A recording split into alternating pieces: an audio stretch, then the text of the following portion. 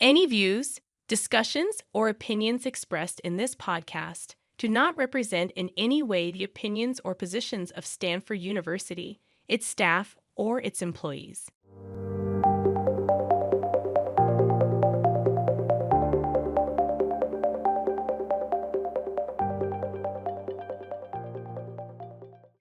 Welcome to the AI Frontiers podcast, a dialogue with tech pioneers hosted by Stanford University Technology Training.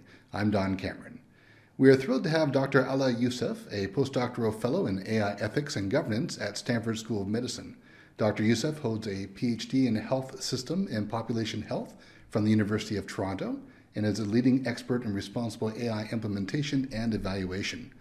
Dr. Youssef leads several AI educational programs and policy initiatives. She co-directs the Stanford AI-MI, which is the acronym for the Center of Artificial Intelligence in Medicine and Imaging, also known as AMI, high school programs, preparing the next generation for careers in AI and medicine. She also serves on several AI policy and education committees at Stanford School of Medicine, shaping the future of AI in healthcare. Join us as we explore the fascinating world of AI ethics and healthcare with Dr. Alaa Youssef. And Dr. Youssef, thank you very much for joining us today. Thank you, Don. It's such a pleasure to be with you today. And we want to lead things off with a question about if you can share with us how you got interested in the area of AI and its applications in healthcare. Yeah, this really goes back to my PhD at the University of Toronto, where I was trying to use machine learning to build algorithms that will allow us to predict long-term patient outcomes, and this is to improve population health. So healthcare has been always struggling with improving clinical outcomes, and really one of the core areas where AI can help us is really in predicting and preventing patients coming to hospital rather than waiting for them to come to hospital and treating them. So working on that, I had the vision that I'm going to build that algorithm that's going to help determine bariatric patients and determine, their outcomes. And really working on the electronic health record to aggregate the data, to work with the data. I spent 6 months of my PhD cleaning the data, and I was questioning whether this is the norm or not. But what was really insightful is as I got to do quantitative and qualitative research, I started to see that the qualitative and the patient stories are telling things that are not captured in the electronic health record. And as we start testing different models, I see that the models are biased. So that got me interested in thinking of the broader picture of how are we being prepared as a health system to adopt AI? What do we need to improve about at our core infrastructure in order to be able to utilize AI effectively? Simply put, the health system is like an upside down funnel where what happens at the macro level is going to translate to the clinical level, and it's going to translate to the patient outcome. So if you get the system right, pretty much things follows right. So that was a motivation for me to, seek opportunities in postdoctoral to focus on AI and training and implementation, because I wanted to get that perspective and that expertise, to combine it with my understanding of the health systems. Great, thank you. AI systems can perpetuate and even exacerbate existing biases in healthcare, and data leading to unequal treatment across different populations, especially marginalized groups. You've worked extensively in evaluating the fairness and bias in large multimodal models. What methodologies do you recommend to ensure fairness in these AI models? I think this is a really complex question that has not been answered, and I'm not, there isn't one answer to that question, and the field is still grappling actually with it, whether in general AI algorithms, whether in large language models, whether in multimodal. We're still ourselves in medicine trying to understand what does that mean, what does bias and fairness mean with respect to the clinical data. Now the challenge comes in what we can see as bias and can measure, and what we don't see and we cannot measure. So what does that mean? So I can see that, for example, I can have in my health setting a patient population that does not not include specific groups because those specific groups are not in this geographic area or not captured within this health system. Well, if I develop a model, it makes sense that the model performance might not translate equivalently across the different groups. But there is also implicit biases, which is like the things that are not captured in the electronic health record that we as humans don't know about, but the machine, as they learn from the corpus of knowledge and data they get, they start to just reproduce the same bias patterns that exist. And so what proxy measures you use to measure bias? How do you determine, that, an algorithm is fair? Not simply one question that this field is grappling with from one of our studies is, let's say AI can improve access to healthcare, but you can have an algorithm that is at a lower accuracy in terms of sensitivity and specificity compared to another one that's in an academic or or in a high kind of well-resourced health system. Is it fair to use the low performance algorithm because it is going to lead to improvements in access to care, but it's not going to be equivalent in terms of the quality of care to people who are in the other setting? And so what is fairness here? There's some conceptual questions that have not been addressed in the field yet, and there is there is efforts across different groups to kind of start really having the coalition of health and AI. The coalition of health in artificial intelligence is a community that has been developed. It's a nonprofit that brings people from across organizations in health, in business, in the business sector, in government, to think about these issues and to think about how can we set standards and measures to help ensure that AI tools are being developed in a reliable way. So I would say that we are still trying to understand that, but I think as we start to study AI implementation, we start to understand better where the models are going wrong, what are the bias issues, and we still need to answer many questions around what is fair. Okay. What are some of the ways that you think that will help us ensure that these AI systems do not favor certain groups over others? I think it's going to, so I don't like to, I think we always have a tendency to think of, if some group is not represented, that the model is going to perform worse. At a broader level, that's true, but at some sense, it might not be that way. So for example, in diabetic retinopathy, the model was trained on a large set of data in our study when we interviewed people, but it turned out that, they said, one of the interviewees said we got lucky that, different race have different levels of pigmentation, and the different level of pigmentation can affect, the model computer vision learning of whether there's diabetic retinopathy, which is a disease that indicates the person has diabetes and can lead to blindness. So it needs to be treated. So one way of developing that is, can an AI camera, for example, take a picture, detect whether the patient is likely to have diabetic retinopathy and help move them towards getting ophthalmology care. Now, it turned out that the model did reproduce well across different sites it was not tested on. So, and this is one example of how AI in some cases will do well, in some cases it won't do well. We don't have this map of what are the use cases of where AI is going to be generalizable versus AI will be, have the difference or discriminatory performance. To come back to the question of how do we think around that and how to evaluate that, we need to ask ourselves, questions around the data. What is the data representative of? What are some of the assumptions about the workflow, or how are the data encoded and structured in the electronic health record? And we need to think about how the model is being trained. There are different architectures and there's different ways to measure that. How do we think about that? And there's ways of bias where the bias is not also only in the development, the bias is also in the use. How can, we know it, we as humans are biased. So does an output that is biased can lead the clinician to be biased towards believing something that is not true?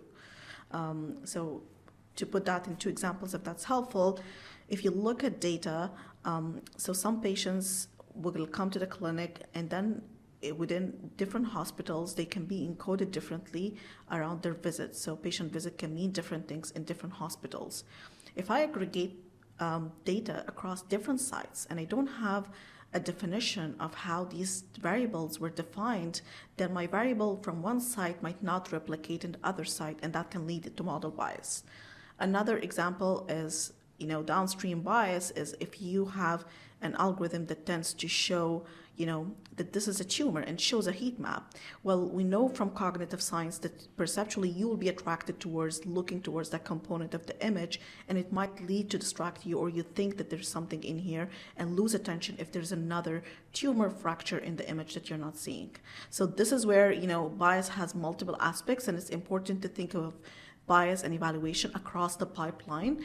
We need to use, not only quantitative measure but also qualitative measures. We need to understand how it really translates in practice, and really understand what are the ethical issues that will arise when it's deployed, because we still don't have knowledge of that because there's very few solutions that have been deployed. Sorry, that's a long answer. No worries. And following up on that, many of the AI systems, they operate as black boxes, making decisions without the clear explanations. And this lack of transparency can hinder trust and accountability. And what do you think can be done to help patients and clinicians to understand how AI systems reach their conclusion to maintain the trust in this technology? So this is a question I think about deeply, for the fact that as I do a lot of qualitative evaluative interviews with clinicians in radiology, in ophthalmology, and in other domains of medicine, initially, before large language models and ChatGPT and all of these tools, if you ask a clinician about whether they trust an algorithm or not, they sure want to see its outputs. But if they use it and it's consistent, they're likely to trust it. But they will ask you, how did the model get at this? Because one way is from clinician's perspective is we need to be sure that the algorithm is doing the right thing, and we also might need to explain to patients. So we need to understand what is the model picking up on to say that this is a cancer or no cancer. Now, this problem of explainability has been, like a can of worms that has kind of been hunting the AI field for a bit. But I would argue that Dr. Nigam Shah has a blog in HAI where he talks about that interpretability and explainability can mean different things to different people. The features that are interpretable and explainable to an engineer can be different from the ones that the clinician is looking at, and can be different to someone else who a data scientist who's looking to find out. Now, the most important concept is interpretability and explainability of AI does not mean that the AI is always correct. And this is what people get trapped on. Does it mean because it's explainable, it's more reliable? It can be explainable and taking shortcuts. It can be, and also the one other aspect is explainable in terms of what? Clinicians would like to think, these are the symptoms that has led to disease. This is how we're trained in medicine, is to think, okay, this is the biological processes. As a result of these biological processes, we are seeing either something normal or something are abnormal. So the physician or the clinician is really trying to think what is really the clinical features the AI is picking on. When the AI can be picking on pixel information, can be picking on other things to make the model prediction. Now, the other aspect of it is when it came to the era of large language models, somehow the society and the field has shifted, because that intuitive ability to interact with the models and feeling it is, it's convincing, the component of, it's confident, it has made the people, this is reliable. People don't ask as much questions about explainability and reliability. And so there's a takeaway is that these models are incredible in their capabilities, but we still also don't know where they could lead to harm. And we need, while using them, to be kind of careful and conscious and have critical awareness, because autonomous using automation bias can happen, and then we will be at a stage where really not able to cognitively or be aware of the bias that we are making in our decision making. So that's why it's important to kind of really pause and reflect and understand why I'm asking about interpretability and explainability, and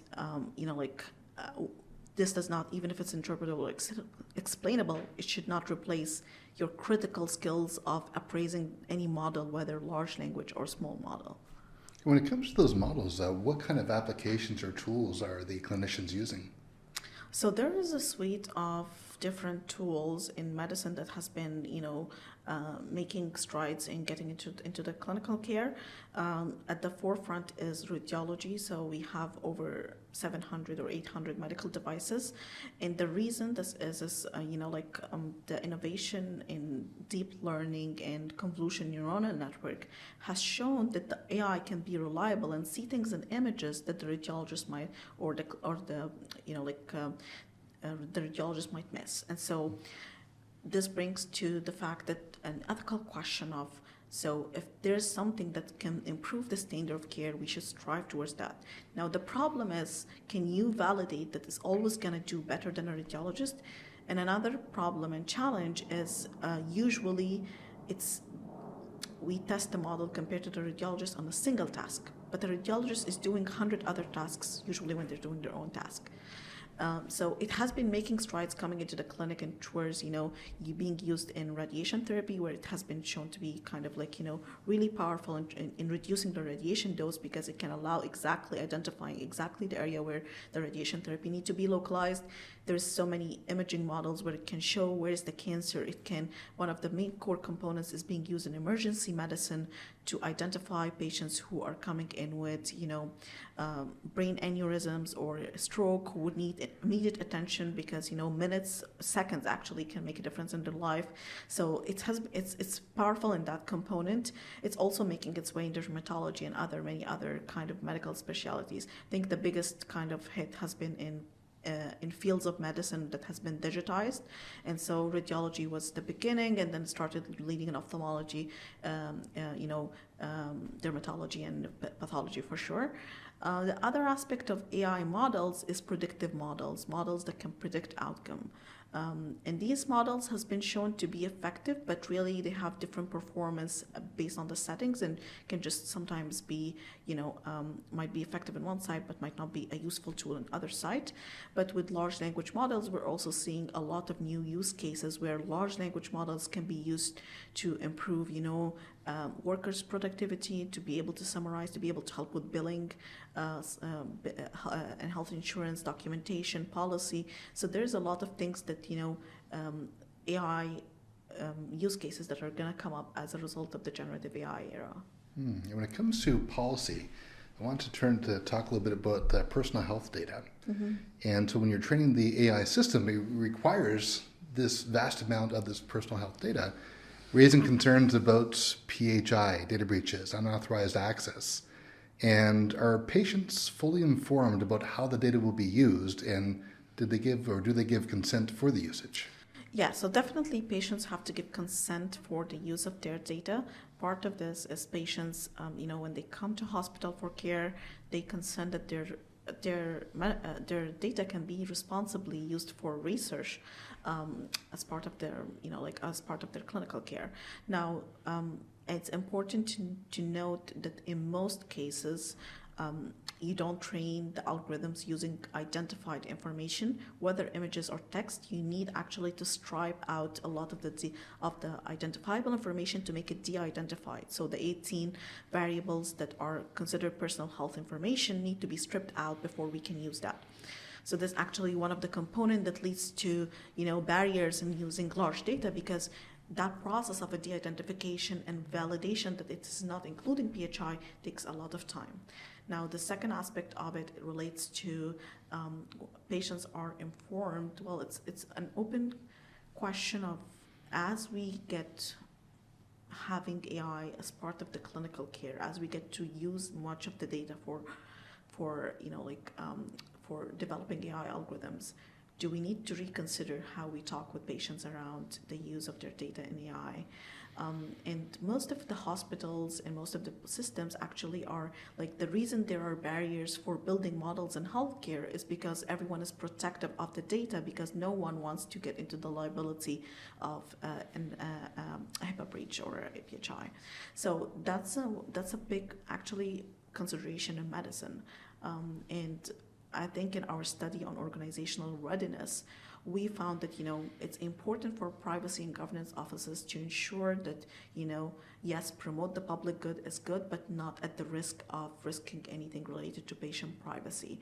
And depending on the models, there can be differences in how there could be data leakage or, risks for patient data being re-identified. So these are the tough questions to kind of grapple with. And you discussed Stanford's use cases in your publication on organizational factors and clinical data sharing for artificial intelligence in healthcare. What were some of your key findings? So this study is really interesting because when at Stanford, Amy has been at the forefront of sharing medical data sets to allow machine learning scientists to be able to use data to develop algorithms. Now, one of the key barriers is there isn't enough data available, and not many health systems are willing to share. The question has been why, and what makes health systems ready to share and adopt AI as part of their infrastructure. So in this study, we divided it to be looking across the healthcare ecosystem, dividing them into government, academic, nonprofit, and profit sectors. And we wanted to understand within these different sectors how are organizations being open about data sharing for AI development, and what are the readiness scale. So starting with that, Stanford was a key use case to get us started and to understand what are the core competencies within Stanford Medicine that promote that data sharing. And the core finding from the study is if you want to ensure that your health system or your organization is really is utilizing AI, it needs to be part of its core mission and vision. So Stanford Medicine has a vision towards precision medicine. It strives for data, it strives for using digital health to improve and lead to precision medicine. And so data and scientific research around that is super important as a part of an academic institution. Because it's aligned, there's a lot of leadership and system support to dedicate resources, governance, infrastructure, and people to be working on these type of problems. And that's what makes Stanford ready to be at the forefront of having the expertise for AI integration within health systems, having the expertise to data scientists who can aggregate the data and advise on data for building the models, having the ability to have a robust privacy and governance, and having the funding and resources to do that.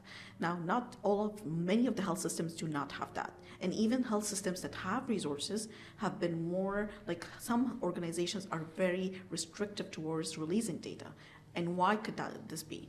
Well, one thing is they want to release data, they want to promote public good, but they want to first do their scientific discovery and be recognized for their name that they have done on this data and identify scientific discovery. So here was where you start to see that, differences, resources is key component, so organization capability is key fundamental, but really what makes the switch between organizations that are willing to share versus organizations that are not willing to share is motivation.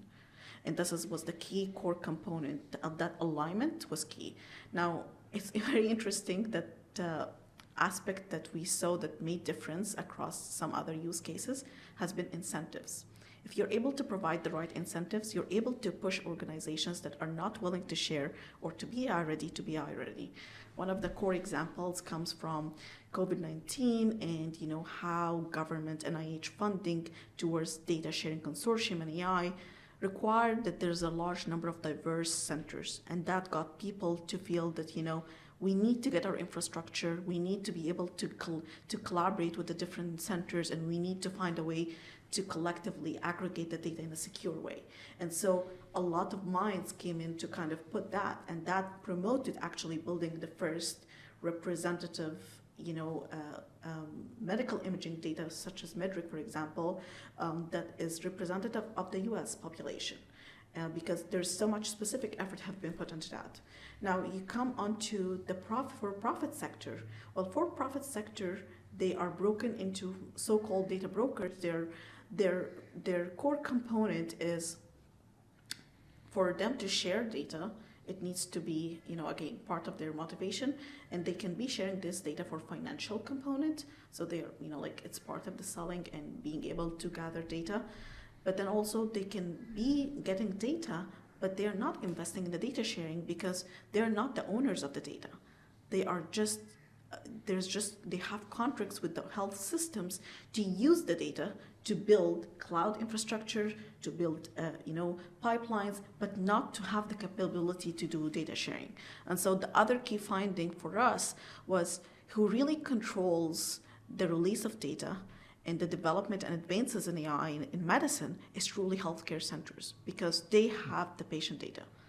And so how do you get systems to be collaborative and to be willing to share? That is the part about incentives that should be kind of looked further. So I think, to recap, I think Stanford kind of like is a different unique example, but it has been very helpful to be able to contrast many other use cases and understand what are some of the barriers towards data sharing. And when it comes to barriers and using tools, let's say like ChatGPT, especially in healthcare, is there a workaround or is there something that the School of Medicine is doing to help with that for usage of PHI data with those kind of tools? Yeah, so I think it's no surprise that, the ChatGPT tools has been very powerful and they can really do a lot of important tasks that reduces time significantly. And they can actually improve the performance of people, whether workers, clinicians. Now, one of the biggest concerns is you don't want to have your data leakage being, leaked from these big models as it goes and then be part of a training data. So what Stanford Medicine and many other organizations have recently released is a secure GPT platform within the organization itself, and it make sure that whatever data you're using within Stanford, it stays within Stanford and is not being used for any other purposes. And I have to say that this has been such a big impact because many things you can think about, we don't really understand how large language models are leaking data, but we know that they leak data. And so having the ability to have a secure platform that allows us to leverage it for, the tasks that we need to do it, of course not using PHI deliberately, but having that safe boundary, safe space of using these generative tools is very powerful and, have been very useful. And on top of that, what are some steps that Stanford Medicine is taking to protect this patient privacy? Let me ask that question again. Mm-hmm. What are some steps, or going back, okay. On top of that, what are some steps that Stanford Medicine is taking in protecting patient privacy? So in our study, when we interviewed leaders from governance and privacy at Stanford, what they have shown that they actually not only think about, data requests. So let's say, for example, someone wants to release data for research or they want to collaborate with a startup or an organization. As the privacy office reviews that, it gives a specific number of factors, not only the de-identification of the data, but also it evaluates any kind of re-identification or privacy risks that occur, and based on that, that's going to inform its decision. It also not only do that, but something that was very interesting and surprising was they also, if they're collaborating with vendors or people in the profit sector, they have a bit of a stronger regulation because they feel that they are nonprofit or a health system in general. Their moral obligation is to provide care and protect patient privacy, and so they really provide deliberate attention towards which vendors they collaborate with, what are the terms on how they can use the data, what are obligations on what they cannot use the data, and also how likely and successfully are these vendors to be compliant with the, from their behavior in the market. So it's not only the aspect of de-identifying the data, but many more complex aspects related to privacy and compliance that the privacy office needs to consider before providing authorizations for patient data release. Okay, thank you. And Determining who is accountable when an AI system makes an error is complex. How are clinicians and healthcare institutions addressing this issue?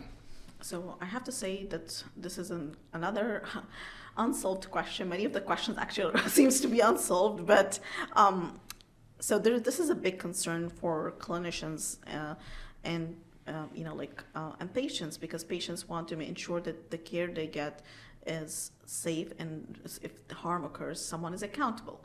But for clinicians, it's really kind of like, we're pushing them to the middle zone where they are receiving we're expecting them to be accountable for mistakes that occur about devices that they have not seen how it was developed, and they are not, they do not have the time to be able to vet in depth what are the things that are coming from these outputs from these models.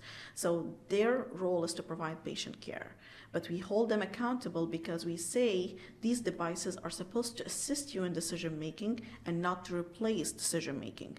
But here's the point: at what point do you draw the line between assistance versus replacement in decision making?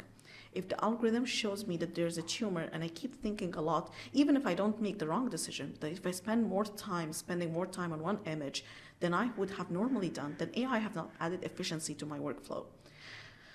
If an AI says that there's a tumor, the radiologist or the clinician say there's no tumor, but then it turns out that a few years later, the patients comes in and say, hey, the AI said that there's a tumor, you said there's no tumor, I now have cancer. Who's liable? So these are questions people are grappling with, but it's a complex because are we holding physicians to be experts in vetting the system, experts in understanding what is going in the workflow that they don't see, also knowledgeable of the clinical phenomena and decision making. So I feel it's a little bit of an unfair evolving conversation where we need really to think about how and there's research by many faculties at Stanford looking into, the governance and law about accountability towards AI. But the main component to consider is what are we holding physicians accountable for, and why we're not holding vendors and AI developers accountable for, errors or defaults in the medical devices. Mm-hmm. Do you envision the government stepping in with regulation and oversight to help address this issue? I think the government has been putting on executive orders and initiatives towards responsible AI implementation, but it's going to vary of how this framework gets, translated across different states, across different hospitals and health systems and organizations. So government is definitely, like we have seen from the Biden executive order, that it puts in principles of what should be responsible AI, and many of the health systems are trying to kind of re-envision what their AI implementation strategy would be within that lens of responsible AI. But I have to say that we don't really have an insight. Like, having regulation is great.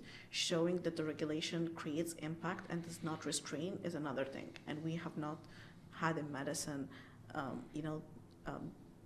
the ability to still see the impact of this regulation on AI, but definitely there's considerable efforts on how, different types of AI should be governed, and should be things that FDA approves versus, things that does not fall within the preview of the FDA and things like that. And have there been any studies on the impact of AI in the doctor-patient relationship? Yeah, there has been actually studies. So some studies most recently has been shown to show that it's not about the really physician-patient relationship, but one of the kind of recent studies in the era of generative AI that kind of promoted some attention in the literature has been showing having physicians' responses shown to patient and having AI-generated responses shown to patients, and seeing that patients prefer the AI-generated response because they interpret it to be more empathetic. And so what this is re-putting for us is a work ahead in medicine is to think about how actually are we going to make sure that our interactions with patients stay patient-centered in order for the patient-physician interaction to be always valuable more than an AI patient interaction. Got it.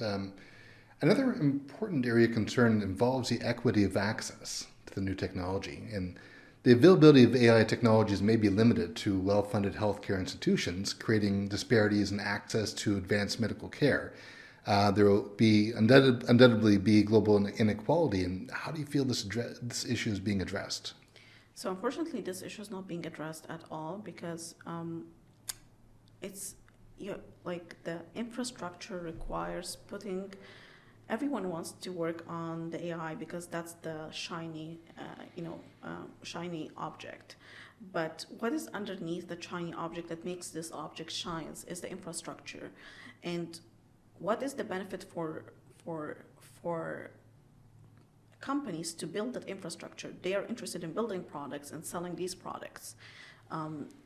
And health systems are going to invest in building infrastructure if they have the resources. But when many health systems, excluding the academic centers, are lagging behind in terms of their margin profits and their finances, then they're not likely to dedicate a lot of that money towards resources when they're struggling to meet their budget.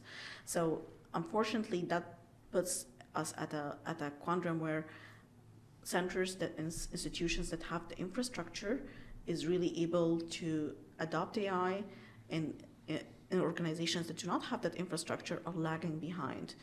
The most important component, I think, that also we tend to miss as we think of AI and the implementation of AI, but we really learned at Stanford Medicine how important it is to have the infrastructure, the enterprise and the clinical data infrastructure being ready to allow for data to be used, the clinical data. So if you think about data that's flowing as a pipeline, you want the data as it comes to be flowing from the patient care, being de-identified, being curated, being available for research, being available for AI predictions. You want it to be that pipeline running.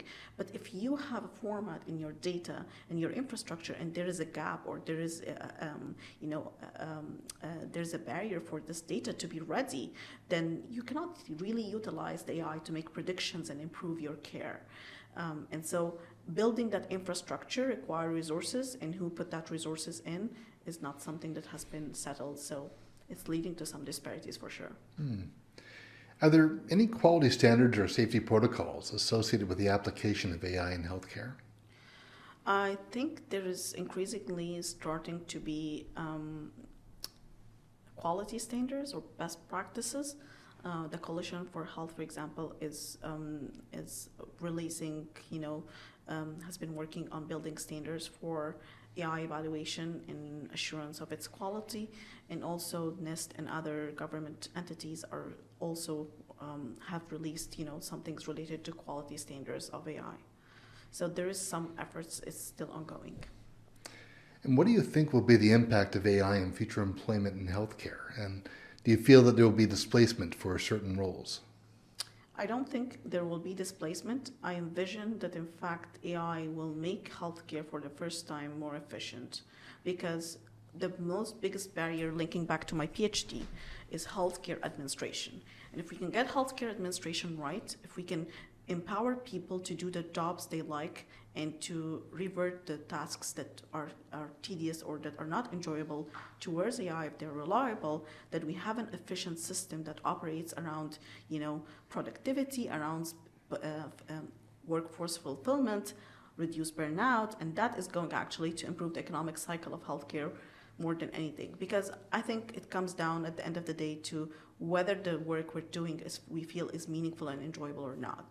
And if it's not meaningful and enjoyable, we do the work, but we're utilizing 60 to 70% of our intelligence than our full 100% of our intelligence. So it's actually a way for us to move forward, but we need to be prepared to think of what will be the other steps and other things where we will need to be skilled at in order to ensure that AI is going to be towards our advantage. Mm-hmm. And how is AI technology impacting education and retraining of healthcare professionals? So AI is impacting education across. And actually, before medicine, AI has impacted education at a broader level. And when ChatGPT was released, where there was a lot of conversations around schools and how should ChatGPT and the use of these generative models be regulated in classrooms, what to ban, what not to ban. But then we have seen from the Khan Academy and like their platform how actually AI can be the personalized mentor and tutor for people. We have seen how AI can be used to improve learning outcomes by actually the teachers and the professors asking the students to try the assignment with the generative algorithm and come to ready for class for discussion. And this is where we need to flip back that, because we need to have that aspect of where we are more critical, where we're having that conversational, interactive, experiential part of learning, and we are we're really using the AI tools to help us think deeper and get at the core issues. So I feel it's going definitely to be in medicine as well. Doing that jump, there's just the efforts to integrate it within medical curriculum for sure. Many medical schools have developed curriculums around AI, and also medical students have been interested in research internships related to AI for sure. People graduating from high schools, many people their attention is towards CS and AI. So there is a lot of interest across all domains in AI and AI across all fields. But in medicine specifically, we really still have a long way to go around bringing the knowledge from the health system of how AI is being used effectively to training the next generation of physician. Because the content is great, but the content does not lead to translatable skills. You need the knowledge of where AI fails, and you need to educate physicians where they need to pay attention when they're using AI. And when it comes to educating the next generation, you have your summer camp coming up, or should say happening over the next few weeks. Can you talk a little bit about that? It's already happening. So the Stanford Amy high school program was founded by me and my co-director, Johanna Kim, the executive director for the Amy Center. And we really always felt the passion of, expanding the outreach with AI opportunities to students and learners. And one of the ways we thought about that is by building this educational program. And the reason we wanted to do that is we recognize that by us doing research in health and AI, there's a different set of problems, and that working with health data is really unique. And so there's many opportunities to inspire people to think of their careers and where they would be interested in very many multitude of ways. And so we wanted the summer, the boot camp, to be a way for them to expose them to the challenges we face in implementing and developing AI, to allow them to speak with speakers who had different trajectories in AI and have different careers trajectories, and all of them are successful, to give them, there isn't the one road to get to where you want to get. And there's a component about having a hands-on kind of aspect of working on a project and really kind of like, getting to experience, the teamwork of working around an AI/ML project. And really that's with the goal to kind of improve, diversity in STEM fields. And we have been running the program for 3 years, and has to say it has been very successful. We have moved from having, 108 applications in the first year and 25 acceptances to having 1,500 last year applications, and still we did increase it to 27. And this year we have, over 2,000 applications, and we have 70 students broken onto 2 programs, the boot camp and internship. So it has been really exciting and rewarding to work with that, and it's very interesting to work with this population and see how much eagerness and interest they have in kind of like really learning about AI and working on problems with AI in medicine. So I think the future is bright, and I think it leads to people who are growing it, and I reflect on it from my experience. You always, when you're getting from high school, moving to university, you feel always, am I taking the right path? I really don't know where I want to go. But as you go along in your career and you start to see people and start to see different trajectories, you can start to see that your end goal can be achieved in many ways. And so we wanted to kind of provide this early on to allow people to see and have a broader vision and explore really deeply what they really feel passionate about. It's great to hear. And thank you so much, Dr. Alaa Youssef, for joining us today and sharing your thoughts into AI ethics and governance. Your work is truly inspiring and vital to improving the future of healthcare. That brings us to the end of this episode of AI Frontiers Dialogue with Tech Pioneers. We hope you enjoyed our conversation with Dr. Youssef and gained a deeper understanding of AI healthcare's ethical challenges and innovations. Thank you to Dr. Youssef for sharing your experience with us. And to learn more about our research, check the links in the show notes. And thank you very much for listening. Until next time, stay curious and keep exploring the frontiers of AI. Thank you so much for having me.